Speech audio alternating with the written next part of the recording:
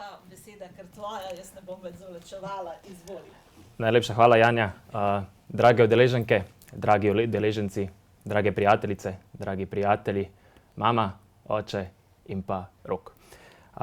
Najprej bi se rad vam vsem iskreno zahvalil, ker ste si danes vzeli čas in prišli si vzeti tole dobro urco, da boste prisluhnili moji predstavitvi hiperglobalizacije in porast populizma v sodobni družbi, ki je v bistvu nekako nadaljevanje, bi rekel, ali pa izhaja iz moje magistrske naloge, ki je bila nagrajena z Univerzitetno Prešernovo nagrado.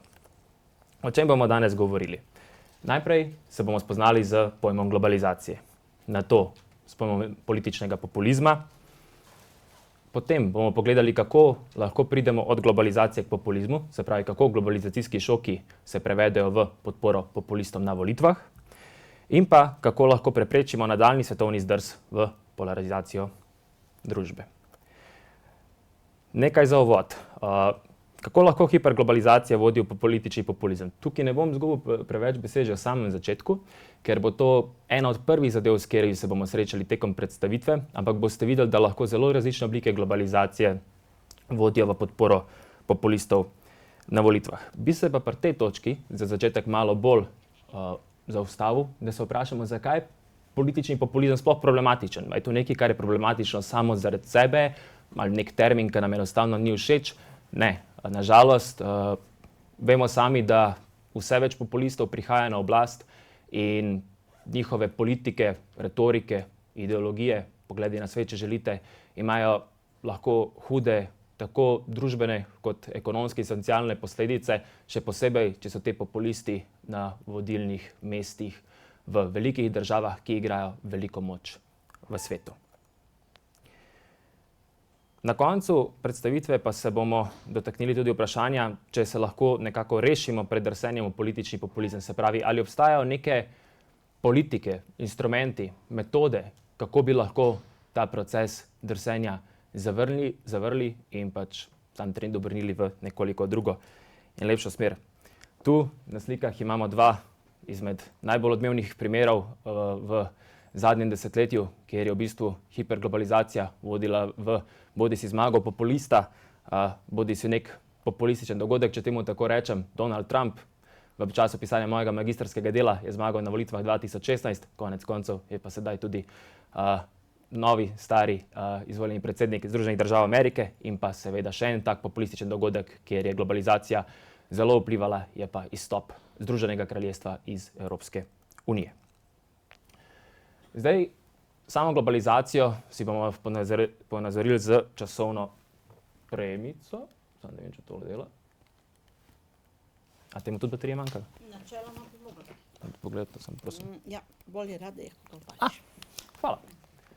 Skratka, prvi val globalizacije, ki je potekal od leta 1870 do 1914, je bil karakteriziran z mednarodno menjavo blaga, delovne sile in kapitala. Predvsem pa je bil mir med najmočnejšimi državami in velesilami. To je nekako nek osnovni predpogoj, da lahko neka mera internacionalizacije, mednarodne menjave, mednarodnega sodelovanja sploh poteka. Vsi vemo, da je potem sledila črna doba za celoten svet, povratek v ultranacionalizem, če temu rečemo, obdobje med 1914 in 1945. Pričelo se je s začetkom Prve svetovne vojne, 1945, konec Druge svetovne vojne. Takrat vemo, da so vsake država skrbela zase, ni bilo nobenega miru in pa tudi ogromno jih je imelo apetite po širitvi ozemlja. Naprej, po koncu Druge svetovne vojne od 1945 do 1980 je potekal drugi val globalizacije, tako imenovana tudi zlata doba globalizacije. Zakaj? Po tej temačni periodi nacionalizma se je tu pričel aktiven internacionalizem, ogromno se je ustanovilo mednarodnih institucij, ki so bile usmerjene v mednarodno sodelovanje in da bi preprečile ta črn scenarij, ki se je dogajal v preteklih 3 desetletjih. Tretji val globalizacije, ki v bistvu poteka nekako od 1980 pa do danes, pa vemo, da je karakteriziran z vstopom držav v razvoju na svetovne trge. Druge države v razvoju so se marginalizirale in pa vemo, da v bistvu v tem času se je svetovna povezanost povečala kot še nikoli prej. V obdobju od 1990 naprej je pa istočasno imenovano hiperglobalizacija. To je v bistvu termin, ki ga je uporabil ekonomist Dani Rodrik. Zakaj hiperglobalizacija? To bo v bistvu tudi nekaj, kar bomo tekom cele predstavitve se dograjevali znanje. Zato, ker globalizacija, namesto da bi prinašala dobre učinke, pozitivne efekte, je zaradi tega, ker je tako močna, tako hitra, da prinaša negativne efekte, saj obstoječi okviri upravljanja, obstoječe demokratične inštitucije, tudi obstoječa zakonodaja enostavno več ne dohajajo, da bi poskrbeli, da so zares vse državljanke, vsi državljani, vsi prebivalci celotnega sveta na pozitivni strani globalizacije, se pravi, da jim globalizacija koristi, temveč so nažalost tudi marsikdaj poraženci.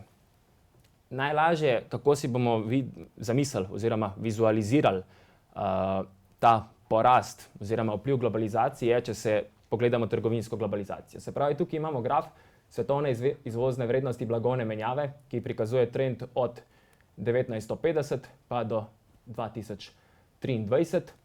Če pripeljemo dve črti noter v tale graf, po 1980, ko se prične tretji val globalizacije, oziroma 1990, obdobje, ko je imenovano hiperglobalizacija, vidimo, da je pač svetovna menjava blaga res enormno poskočila. Pa če si zamislimo tukaj še 2001, vstop Kitajske v svetovno trgovinsko organizacijo, je ta globalna menjava še bolj se povečala. Zdaj pa nadaljujemo v bistvu pri razumevanju globalizacij. Zdaj bomo šli v to, katere vrste globalizacij poznamo. Imamo trgovinsko globalizacijo, socialno globalizacijo in ekonomsko globalizacijo. Čisto na kratko, trgovinsko globalizacijo, kako si jo zamislimo, se pravi, nanaša se na blagovno menjavo, naprimer uvoz in izvoz s Kitajsko. Socialna globalizacija se nanaša na migracije in begunce. Ekonomska globalizacija pa se nanaša na vstop tujih finančnih investicij v določeno državo.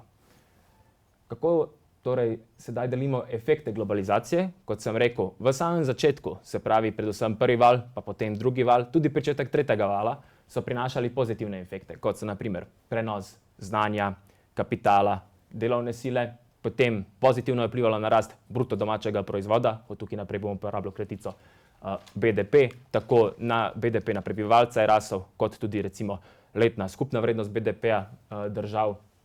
Socialna pravičnost se je izboljšala, pa tudi kvaliteta delavskih pravic in zadovoljstvo državljanov v končni inštanci. Na drugi strani pa v zadnjih desetletjih vse bolj očitni postajajo negativni efekti. Za začetek neučinkovito reševanje kriz. Mednarodne institucije na eni strani so dobre, saj prenašajo dobre prakse iz držav, ki so uspešno neke zadeve vpeljale v druge, omogočajo prenos znanja in veščin, ampak s tem, ko smo kot država del nekih mednarodnih institucij, vemo, da imajo dostikrat dajo neka enotna navodila, univerzalne politike, ki pa žal ne bodo delovale za vse države enako. Nekaterim bodo pomagale, nekatere države pa bi vseeno potrebovale nek drugačen prijem, da neko krizo rešijo. Potem neučinkovita poraba sredstev, tukaj zakaj? Ker v bistvu države morajo kompenzirati za tiste, ki so na slabši strani globalizacije, se pravi poražence, namesto da bi lahko ta sredstva namenjali v sam razvoj države. V zadnjem času tudi v bistvu negativno vpliva na rast BDP-ja, saj zaradi teh destabilizacij, ki jih vnaša v samo državo, v samo družbe, negativno vpliva tudi na bruto domači proizvod. Negativno vpliva na neenakost, to pomeni, da v bistvu veča razkorak med bogatimi in revnimi in pa nažalost v zadnjem obdobju je pa en stranski produkt, ki je zelo očiten, tudi politični populizem. Zdaj prihajamo k drugemu pomembnemu terminu, ki ga bomo potrebovali, da bomo potem razumeli celotno zgodbo. Populizem delimo na eni strani na levičarski populizem, ki morda ni tako aktualen, recimo temu, v našem prostoru, še posebej zaradi tega, ker v sami Evropi je veliko populistov desničarskega tipa, ki naslavljajo neke kulturne, narodne identitete, tudi rasne, verske, medtem ko levičarski se v bistvu bolj usmerja na ekonomske in pa socialne dejavnike. Levičarski populisti, za njih je značilno, da so zelo aktivno borijo proti kapitalizmu, zasledujejo egalitarnost, vključevanje manjšin in pa so naklonjeni migracijam. Na drugi strani desničarski populizem velikokrat delujejo protiokoljsko, nekateri so evroskeptiki, spodbujajo neonacionalizem, spodbujajo nadzor tokov preseljevanja in pa, če pripeljemo tukaj zdaj, kaj pa je vsem v bistvu skupno, tako levičarski kot desničarski populisti so proti globalizaciji, proti elitizmu, predstavljajo se kot rešitelje ljudstva, da se bodo spopadli z elitami, a žalostno dejstvo je, da velikokrat v tej lepi ideji, lepi retoriki, da nas bodo rešili pred pokvarjenimi elitami, imajo notri zgolj lastne interese. Populisti, da se samo zamislimo, kateri so tisti nekako najbolj znani, kot sem rekel, levičarski, so mogoče malo manj znani v Evropi, ampak imamo recimo primer Evo Morales, Hugo Chavez, Bernie Sanders in pa Jeremy Corbyn. Na drugi strani desničarski populisti, če jih le nekaj omenim, Jörg Haider, voditelj Svobodnjaške partije v Avstriji, Viktor Orban, Donald Trump in pa Erdogan. Seveda bi ta list lahko še nadaljeval, ampak pojdimo mi raje naprej. Se pravi, zdaj smo se naučili, kaj je globalizacija in kaj je populizem. Kar bi zdaj rad, da v bistvu od tega prve dela predstavitve odnesemo je. Globalizacija poznamo, se pravi, trgovinsko, socialno in ekonomsko. Je tukaj še kak dodaten tip, ampak mi se bomo primarno fokusirali na te tri. Populizem, delimo ga na levega in desnega. Se pravi, ključno vprašanje zdaj, ki bi si želel, da ga bomo analizirali v naši predstavitvi, pa je, ali obstaja tu povezava, se pravi, ali vse te tri oblike globalizacije nekako lahko vplivajo na porast populizma v družbi. Čisto na kratko, brez skrbi, tukaj, če se smem pohecati, sva z gospo Rebolj veliko imela diskusije, koliko naj povemo sami analizi, ki je v ozadju bila mojega magistrskega dela, ampak samo to, da boste vedeli, kaj sem analiziral. Se pravi, preučevan vzorec je vseboval 31 OECD držav, od tega je 8 nekdanjih socialističnih in pa 23 zahodnoevropskih. Časovno obdobje, ki sem ga analiziral, je od 1980 do 2018. Uporabil sem približke za merjenje globalizacije, to bomo še prišli v naslednjih slajdih. Zakaj približki? Zaradi tega, ker ni enotnega indikatorja, ki bi ga recimo temu vse študije uporabljale. In pa uporabil sem seveda ustrezne ekonometrične metode, ne bom šel v njih detajle, če boste imeli kakšno vprašanje, ga lahko zastavite na koncu, ampak ekonometrične metode so v bistvu ključne, da lahko analiziramo neko bazo podatkov in dobimo na koncu neke rezultate. Zdaj si bomo pa pogledali, kakšni so trendi trgovinske in ekonomske globalizacije v OECD državah. Če pričnemo z trendi trgovinske globalizacije, kot sem že na prejšnjem slajdu opozoril, bomo imeli za vsako od vrst globalizacij nek približek. In približek trgovinske globalizacije nam bo, se pravi, delež uvoza iz Kitajske kot delež celotnega uvoza. Vidimo, da v zadnjih 40 letih je ta številka v povprečju skoraj da 6-krat, če ne celo 7-krat večja v OECD državah. Če nadaljujemo k ekonomski globalizaciji, tu bomo uporabljali približek vhodne neposredne tuje naložbe kot delež BDP-ja, so v povprečju v zadnjih 40 letih porasle kar za 4-krat v OECD državah. Trendi socialne globalizacije v OECD državah bomo pa v bistvu jih gledali preko dveh indikatorjev, neto 5-letne stopnje migracije, ki je razlika med, se pravi, priseljenci in odseljenci iz države, in pa delež v tujini rojenega prebivalstva kot delež celotnega prebivalstva. Vidimo, da v povprečju v OECD državah je več ljudi prišlo v države kot odšlo, povečal pa se je tudi delež v tujini rojenega prebivalstva za približno 4 odstotne točke v zadnjih desetletjih. Kakšni so pa sedaj trendi populizma? Podpora populističnim strankam je tudi znatno narasla v zadnjih desetletjih. Vidimo, da za več kot 2-krat.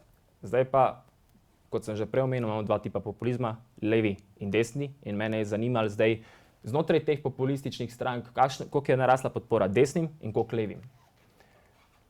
In na zgornjem grafu imamo podporo desnim populističnim strankam, spodaj levim. Že na prvi pogled, če pogledamo, vidimo, da v bistvu grafa za desne populistične stranke in skupne populistične stranke praktično sovpadata po vzorcu. Če pogledamo še malo natančneje številke, vidimo, da je podpora levim populističnim strankam celo nekoliko upadla, ampak je praktično stabilna, se pravi med 5 in 7,5 odstotka.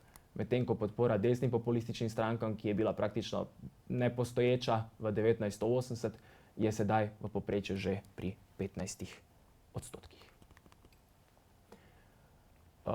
Prej sem omenil, da v bistvu v preučevanem vzorcu sem imel, se pravi, 2 skupini držav, znotraj tistih 31, se pravi 8 nekdanjih socialističnih in 23 zahodnoevropskih.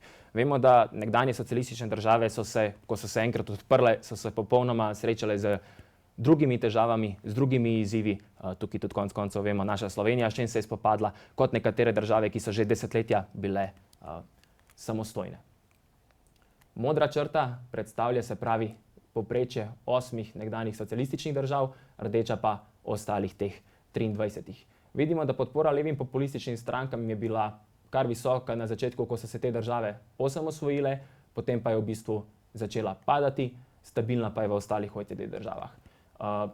Res, kako bi rekel temu, zastrašujoča je pa razlika pri podpori desnim populističnim strankam, kajti kot vidite, na začetku, ko so se te države osamosvojevale, je bila ta podpora med 5 in 10 odstotkov v povprečju, sedaj v tem desetletju pa že prihajamo do v bistvu 25 odstotkov v povprečju. Pa tudi pri ostalih OECD državah je ta odstotek krepko narasel, tu je bil blizu nič, sedaj pa preko 10. Primerjali bomo tudi sedaj trende globalizacije med tema dvema skupinama držav. Vidimo, da kar se tiče trgovinske globalizacije in uvoza iz Kitajske, je vzorec dokaj podoben, le da je uvoz iz Kitajske še malo bolj dominanten pri ostalih OECD državah, kar ni nič presenetljivega, glede na to, da vseeno so to države, ki so močnejše, ki več trgujejo in seveda so tukaj tudi nekatere velesile, ki intenzivno trgujejo s Kitajsko. Glede ekonomske globalizacije oziroma vhodnih neposrednih tujih naložb je vzorec zelo podoben. Pri neto 5-letnih stopnji migracij je vzorec popolna antiteza, seveda to ni nič presenetljivega, saj je logično, da iz nekdanjih socialističnih držav, ko so se enkrat te države odprle, so ljudje šli tako rekoč s trebuhom za kruhom po nove možnosti v že neke ustaljene države, ki so že imele močne demokratične sisteme, ki so že bile del svetovnih organizacij, kot je na primer Evropska unija, Svetovna trgovinska organizacija, tudi konec koncev NATO in podobno. Zato je ta vrednost v povprečju še vedno negativna za nekdanje socialistične in pa na drugi strani pozitivna za ostale OECD države, ki so pa seveda prejemale priliv ljudi. Če pa pogledamo še delež v tujini rojenega prebivalstva, ta graf je zanimiv, nekoliko je padel in je sedaj recimo konstanten pri nekdanjih socialističnih državah, medtem ko pri ostalih OECD državah pa res strmo naraščanje, dejansko več kot dvakratnik svoje vrednosti, recimo tu nekje v 1995. Kot sem omenil, v svoji sami analizi pri svojem magistrskem delu sem uporabil določene ekonometrične metode, da sem se pravi preučeval, kakšen je vpliv vseh teh trendov globalizacije in še nekaterih dodatnih spremenljivk na podporo populističnim strankam. Dejavniki podpore populističnim strankam, se pravi spet bomo delili na leve in desne. Ugotovil sem, da dinamika stopnje brezposelnosti, to je recimo ena od spremenljivk, kot sem omenil, da so bile dodatne v modelu, je specifičen dejavnik podpore levim populističnim strankam. Na drugi strani ekonomska globalizacija in delež v tujini rojenih prebivalcev sta specifična dejavnika za desni pol populizma. Medtem ko trgovinska globalizacija, dinamika dohodkovne neenakosti in pa trenutne gospodarske razmere, torej ali je država v recesiji ali ekspanziji, pa v bistvu lahko delujejo pozitivno, pa ni to mišljeno dobesedno pozitivno, ampak v smislu višanja podpore tako za leve kot desne populiste. Tukaj se mogoče bomo za trenutek ustavili, pa se vprašali, zakaj so nekateri dejavniki izključno dobri za leve populiste, zakaj nekateri izključno za desne in kako lahko v bistvu nekateri delujejo dobro za oboje. Nekoliko kasneje bomo prišli v bistvu do razlage, že prej sem omenil Danija Rodrika, ki je pripravil en zelo enostaven diagram, kjer bomo lahko razumeli, kako se v bistvu zadeve, kot so globalizacijski šoki, prevedejo v podporo populističnim kandidatom. In kot sem že nekaj v samem začetku predstavitve nakazal, levi populisti, oni v bistvu targetirajo ekonomske in socialne dejavnike. Glede na to, da v sami Evropi, ki je nam najbližja, nimamo toliko težav z ekonomskimi in socialnimi zadevami, ker nekako evropske države, če vzamemo nekako čez palec, so dokaj dovzetne za to, skrbijo za to, da so močne socialne pravice, da nihče ni zapostavljen in da tudi ni nihče nekako pod nekim pragom revščine. Zato je potem ta primer bolj prepoznaven recimo v Latinski Ameriki, kjer pa imajo res težave s tem. Na drugi strani, desni populisti, vemo, da je v Evropi diskurs populistov je velikokrat targetiran na migrante, begunce, tuje rojene prebivalce, tiste, ki so drugačni od domačega prebivalstva in podobno. In še posebej tuje rojeni prebivalci, tukaj je pač dobesedno neposredna povezava, zakaj je to v bistvu dobro za desne populiste. Trgovinska globalizacija jo poglejmo iz dveh perspektiv. Če trgovinska globalizacija, se pravi intenzivna trgovina s Kitajsko, vodi v izgubo delovnih mest, potem, da se pač zaradi, avtomatizacije izgubijo delovna mesta, zaradi tega, ker je priliv kitajske delovne sile tudi konec koncev. In da to gledamo iz ekonomske perspektive, bo to zelo verjetno dvignilo podporo levim populističnim strankam, ker smo imeli ekonomski problem. Dočim, če pa gledamo, se pravi, da domači prebivalci, rečemo temu, izgubljajo delovna mesta zaradi tega, ker prihaja tuja delovna sila in to ga ne vidijo kot ekonomski problem, ampak se zapičijo v to, da pride tuje prebivalstvo na njihova delovna mesta, pa bodo to izkoristili desni populisti. Enaka zgodba z dohodkovno neenakostjo. Če jo vzamemo popolnoma ekonomsko, se pravi, da se dviguje oziroma veča razkorak med bogatimi in revnimi, iz ekonomskega vidika bo to šlo v podporo levim populističnim strankam. Če pa bomo gledali, se pravi, da so tukaj prišli neki tuji prebivalci, bo to šlo k desnim, medtem kot trenutne gospodarske razmere, recesije in ekspanzija, pa če kje spremljamo politiko, vemo, da opozicija, kakorkoli obrnemo, zelo rada izkorišča, če je vladajoča stran kriva za neko recesijo oziroma imamo neko slabo obdobje v državi. Zdaj smo v bistvu zdefinirali, kaj je globalizacija, zdaj vemo, kaj je populizem, zdaj vemo, kaj so dejavniki, kako v bistvu pridemo od globalizacije do populizma. Zdaj si bomo pa v bistvu pogledali bolj ta posledičen del. Se pravi, zdaj vzamemo kot dano, da šok se zgodi in da pač bo to vodilo v podporo populista.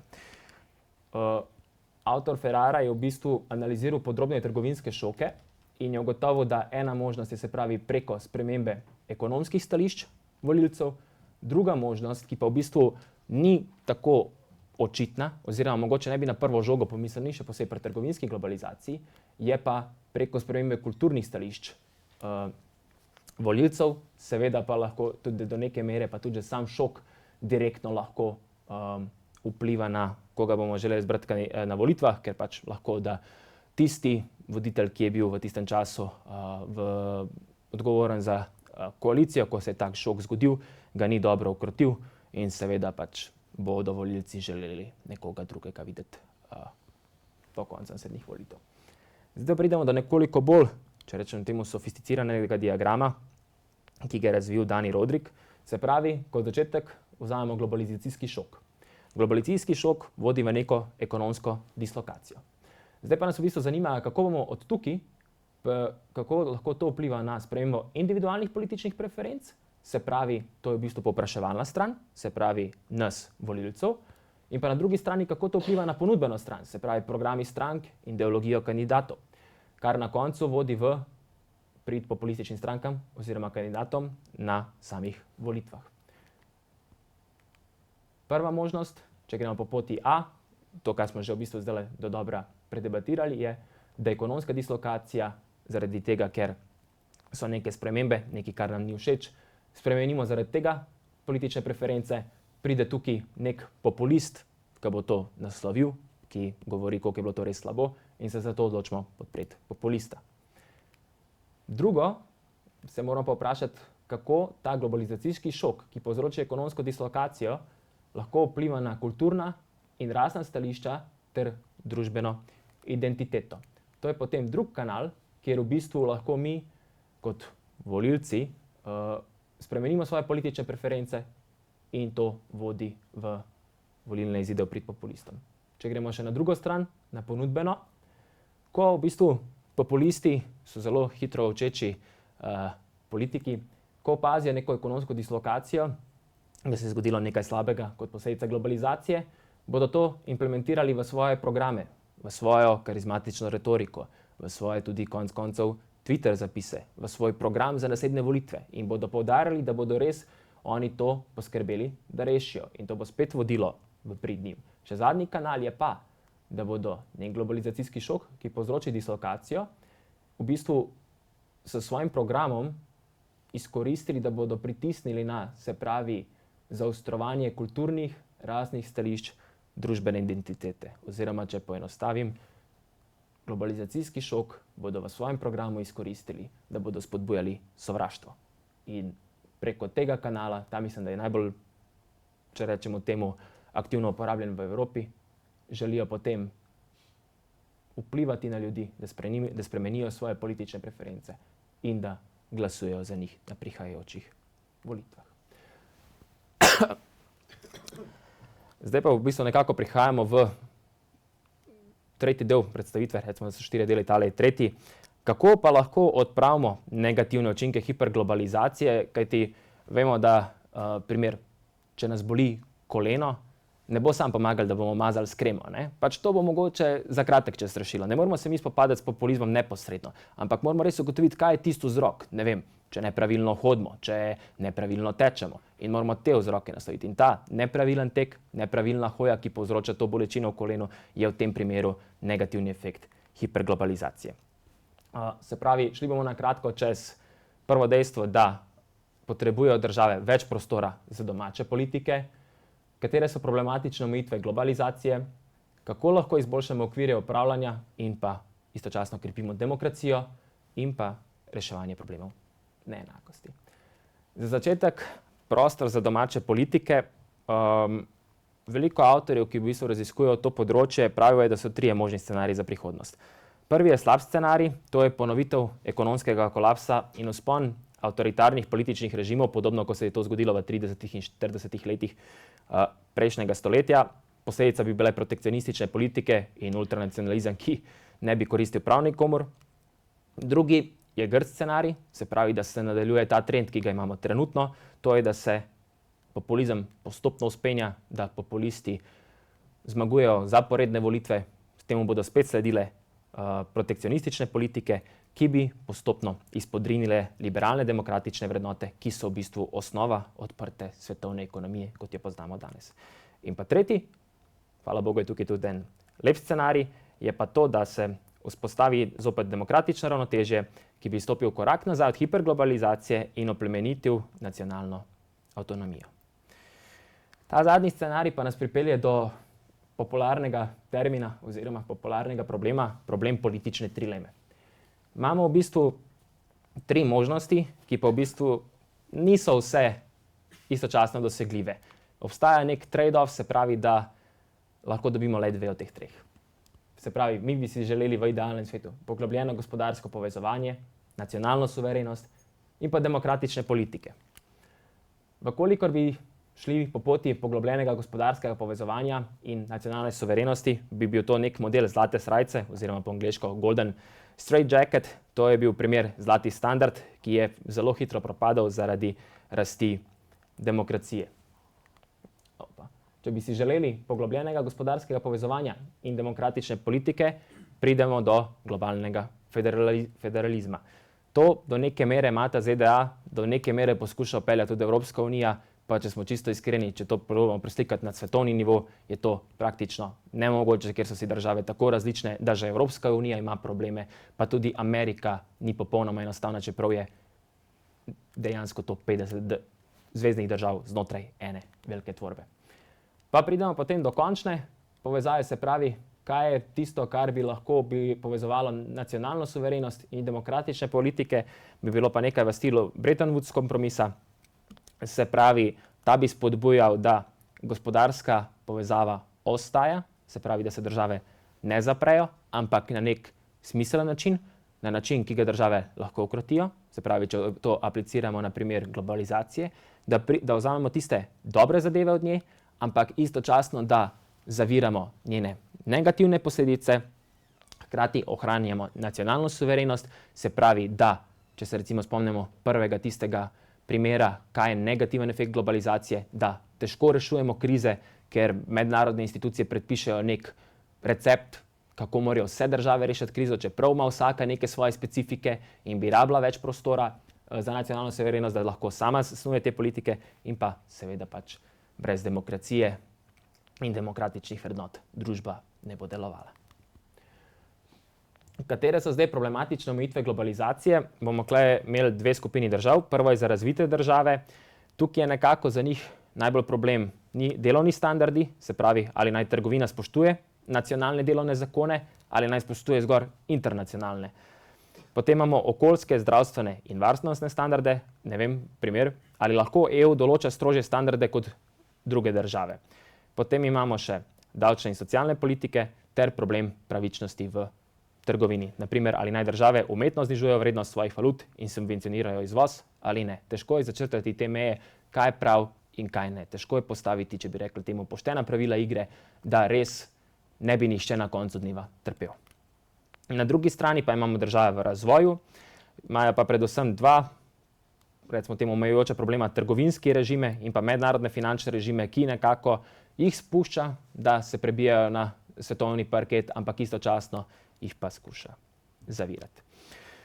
Pridemo zdaj do tretjega elementa, se pravi izboljšanje okvirov upravljanja in krepitev demokracije. Še to naprej. Gospod, tukaj sem zdaj navezal na tole diskusijo, ki se je odprla v bistvu, ki smo še rešvali tehnične zadeve. Prva točka, ki se moramo zavedati, je, da liberalizacija sama po sebi ne zagotavlja rasti. Trg sam po sebi ne bo poskrbel za vse elemente družbe in ekonomije, da bo res ta družba lahko prosperirala in da bo socialna blaginja kar se da maksimalna. Se pravi, za trajne koristi potrebujemo neke učinkovite vladne okvire in demokratične institucije, ki bodo lovile te pozitivne stvari in pa preprečevale negativne. Kot sem rekel, če vzamemo primer neenakosti, super je tistim, ki so pri vrhu, slabo je tistim, ki so spodaj. Bogati bogatijo, revni so še bolj osiromašeni. In predvsem je pomembno, da zmagovalci globalizacije ne pridobivajo na račun poražencev, oziroma kot je pri neenakosti velikrat vzorec, da da bogati svoje bogastvo kopičijo na račun revnih. Hiperglobalizacija je ustvarila zmagovalce in poražence in poraženci enostavno morajo biti ustrezno zaščiteni prek ustreznih socialnih varnostnih mrež. Kot smo zdaj velikokrat ugotovili pri vseh teh oblikah globalizacije, je trg dela ključni posrednik globalizacijskih šokov, zato je nujno, da se izboljšujejo delovni standardi in da se zagotavlja makroekonomska stabilnost, kajti če imamo stabilnost v državah, v družbi, v svetu, bodo populisti zelo težko naslavljali neko aktivno, karizmatično retoriko, sovraštveno, da bodo naslavljali, kje so težave, ker če je stabilnost, težav ni. Se pravi, za konec tega diapozitiva bi lahko rekel, da če bo politika učinkovito odpravljala posledice globalizacije, bo zmanjšala prostor za populiste in njihovo izkoriščanje nezadovoljnih ljudi, kajti le teh ne bo. Pa si za konec tukaj poglejmo še problem neenakosti. Tukaj imamo spet graf za OECD države. Modra črta predstavlja tržno neenakost, se pravi, tržna neenakost je produkt trga. Torej, kako bi trg razdelil dohodke med ljudi, preden se vmešajo kakršnekoli redistributivni sistemi, se pravi distribucija, davki, socialni transferi. Ko se te vpeljejo, pridemo do nete neenakosti in vidimo, da se pač ta povprečna številka zmanjša, ampak zaskrbljujoče je dejstvo, da neenakost narašča. Sicer minimalno, ampak vseeno je lahko to problematično. Nekatere države imajo bolj izdatne probleme s tem, nekatere manj. Populisti tudi, po mojem mnenju, zelo radi naslavljajo ljudi, ki so zapostavljeni, ljudi, ki imajo občutek, da niso vključeni v odločanje, ljudi, ki menijo, da ne morejo vplivati na to, kakšne politike se snujejo, kakšno državo bomo živeli, in oni takrat pravijo stop nekim elitam, stop nekim vladajočim strankam, podprite mene, jaz sem rešitelj ljudstva, jaz bom tisti, ki bom poskrbel, da vas bom poslušal in jaz bom poskrbel, da boste vi želeli bolje. In seveda, če to ni en človek, ampak ogromna skupina volilcev, vemo, da lahko to prinese ogromno podporo. Zato bi bilo zelo pomembno, da vsi politiki v bistvu pripeljajo neko odločevanje na lokalne ravni, da ima vsak državljan občutek, da aktivno sodeluje v kreiranju države, v kateri živi. Predvsem je tu ključen, se mi zdi, izobraževalni sistem, da obstaja oziroma da se stremi k enakosti možnosti za dostop do znanja in pa enakosti možnosti za sodelovanje v družbi. Kajti, če še enkrat poudarim, če ljudje vidijo svojo vlogo v gospodarstvu, ne bodo se počutili zapostavljene, ne bodo slabe volje in populisti ne bodo imeli vzvoda, na katerega bi odigrali, da bi te volilci podprli njih na prihajajočih volitvah.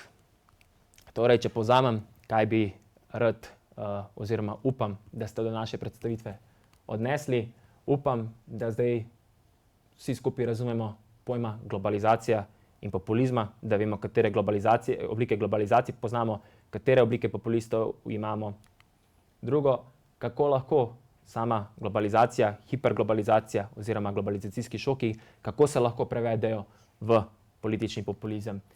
In pa za konec, kako v bistvu se lahko spopademo z negativnimi učinki globalizacije in preprečimo, da družba drsi še v nadaljnjo polarizacijo, ki se kaže s tem, ko se v bistvu populisti vzpenjajo na oblast. Vsem bi se zahvalil za vašo čas, za pozornost, pa če ima kdo kakšno vprašanje, bom nanj z veseljem odgovoril.